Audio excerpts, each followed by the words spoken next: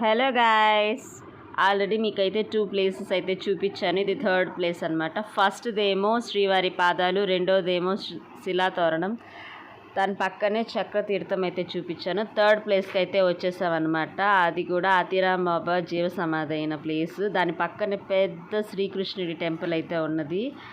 అక్కడికైతే వెళ్తున్నాము. అక్కడ కూడా లైన్ ప్లస్ టికెట్ అని చెప్పారు.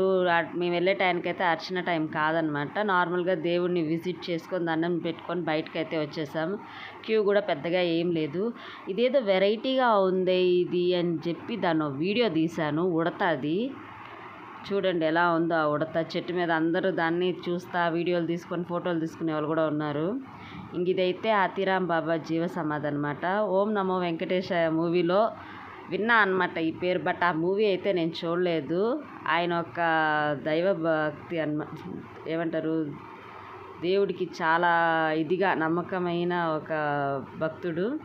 ఇంకా అలా బయటికి రాగానే ఆంజనేయ స్వామిని అయితే దర్శించుకున్నాము ఎదురులో. ఇందాక మీకు ఉడతను ఒకటి చూపించాను కదా, ఆ ఆంజనేయ స్వామి టెంపుల్ పైనే ఉన్నదన్నమాట ఆ ఉడత. ఇంకా అలా ఒక రౌండ్ అయితే వేసేసుకొని మంచిగా దండం పెట్టేసుకొని ఇంకా రిటర్న్ అయితే 4th ప్లేస్కి అయితే వెళ్ళిపోతున్నాం అనమాట. ఇంకా ఈ ప్లేస్ అంతా మేము వచ్చినప్పటికి ఇప్పటికి చాలా అంటే చాలా మారిపోయింది.